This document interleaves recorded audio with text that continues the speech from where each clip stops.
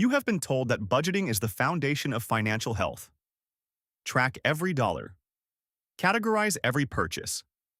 Cut the coffee, cancel the subscriptions, restrict, monitor, and control. And if your finances are still a mess, the advice is always the same. Budget harder. But there is a problem with this advice that nobody in the personal finance industry wants to admit. Budgeting, the way most people practice it, is not building wealth. It is managing poverty. And there is a critical difference between those two things that will determine the entire trajectory of your financial life. Here is the number that should stop you cold. Studies on financial behavior consistently show that people who budget obsessively are not significantly wealthier than people who do not. In fact, in several cases they are worse off. Not because tracking spending is useless, but because the mental model behind traditional budgeting is fundamentally broken, and you cannot fix a broken system by running it harder. To understand why, you need to meet two researchers who spent years studying what happens to the human brain under conditions of financial scarcity.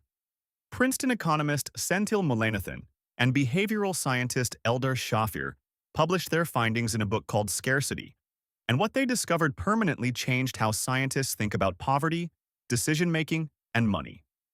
Their core finding was this: when people focus intensely on what they do not have, on the gap between what they earn and what they need, it creates a specific cognitive condition they called the scarcity trap. Inside the scarcity trap, the brain narrows its focus. It gets extremely good at managing the immediate problem right in front of it and dramatically worse at everything else. Long-term planning deteriorates. Creative problem-solving disappears. The ability to see opportunities outside the immediate crisis collapses entirely. This is what traditional budgeting does to your brain every single month. It forces you to sit with a spreadsheet that is entirely organized around what you cannot afford. Every category is a constraint. Every number is a limit. Every purchase is evaluated against a ceiling. And your brain, doing exactly what Mullainathan and Shafir predicted, tunnels in. You become an expert at spending less. And you become progressively worse at thinking about how to earn more. The scarcity trap is not a character flaw. It is not laziness or lack of discipline. It is a measurable cognitive response to a specific kind of mental environment. And the traditional budget creates that environment deliberately, every single month, right on your kitchen table. But it goes deeper than that. The psychology of financial restriction mirrors the psychology of dietary restriction more closely than most financial advisors would like to admit. Decades of research on consumer behavior show a phenomenon called the what the hell effect. Here is how it works. You set a strict budget. You stick to it for a while. Then one day you slip. Maybe it is an unexpected expense. Maybe it is a moment of weakness. Maybe it is just a Tuesday and you are tired. You spend $30 you had not planned to spend. And then something shifts. The budget is broken. The rule has been violated. And the brain, which has been running on restriction, suddenly releases the valve. You do not just spend the $30. You spend $200. Because the budget has already failed, so what does it matter? Psychologists call this restraint collapse. And it is not a personal failure. It is the predictable outcome of any system built entirely on restriction. The tighter the budget, the more catastrophic the collapse when it breaks. And it always breaks eventually. Because restriction is not a sustainable long-term strategy for anything. Now here is the third problem. And this one is the most important. A budget is a system for managing what you already earn. That is its entire function. It has a built-in ceiling. The best possible outcome of a perfect budget is that you spend slightly less than you make. That is it. That is the finish line. And while spending less than you earn is genuinely important, it is not wealth.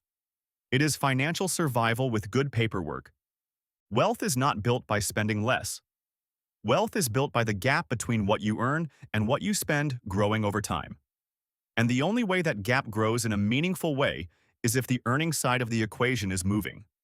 A budget, by design, has nothing to say about your income. It is entirely focused on your expenses, which means it is optimizing the wrong variable while ignoring the one that actually moves the needle. Think about where your mental energy goes when you are on a strict budget. It goes to price comparison, it goes to coupon hunting, it goes to the calculation of whether this purchase fits inside this category this month. It goes to guilt every time you spend money on something that brings you genuine joy. All of that cognitive bandwidth, every hour you spend managing your budget in microscopic detail, is an hour not spent thinking about how to increase your income, build a skill, create an additional revenue stream, or make the kind of investment decision that compounds over a decade. Wealthy people do not think about their money the way a budget forces you to think about it. Research on high net worth individuals consistently shows that their relationship with money is expansive, not restrictive. They think about deployment. They think about return. They think about what their money can build. They are not tracking their grocery receipts. So what do you actually do instead? The answer is automation plus growth. And it works like this. The first step is to pay yourself first, automatically, before you see the money. Not what is left after expenses. A fixed percentage of every dollar that comes in, transferred automatically to a savings or investment account the moment it arrives. 10% is the minimum. 20 is better. The number matters less than the automation, because automation removes the decision from your hands entirely. You cannot spend what you never see. The second step is to automate your non-negotiables. Rent or mortgage, utilities, insurance, minimum debt payments, all of it on automatic transfer. These are not decisions you should be making every month. They are fixed costs. Treat them like taxes. They leave before you have a choice. The third step is to spend the rest freely. No categories, no tracking, no guilt. The important money has already moved. What is left is yours to use without a spreadsheet telling you whether you deserve it. And the fourth step, the one that traditional budgeting never talks about, is to redirect every unit of mental energy you just freed up from tracking expenses toward one question. How do I make more? A new skill, a side project, a promotion conversation you have been avoiding. One additional income stream, however small, changes the math of your entire financial life in a way that no budget ever could. This system has a name. Personal finance writer David Bach called it the automatic millionaire. Ramit Sethi built an entire framework around it in his book, I Will Teach You to Be Rich. The core insight is identical in both. The goal is not to spend less.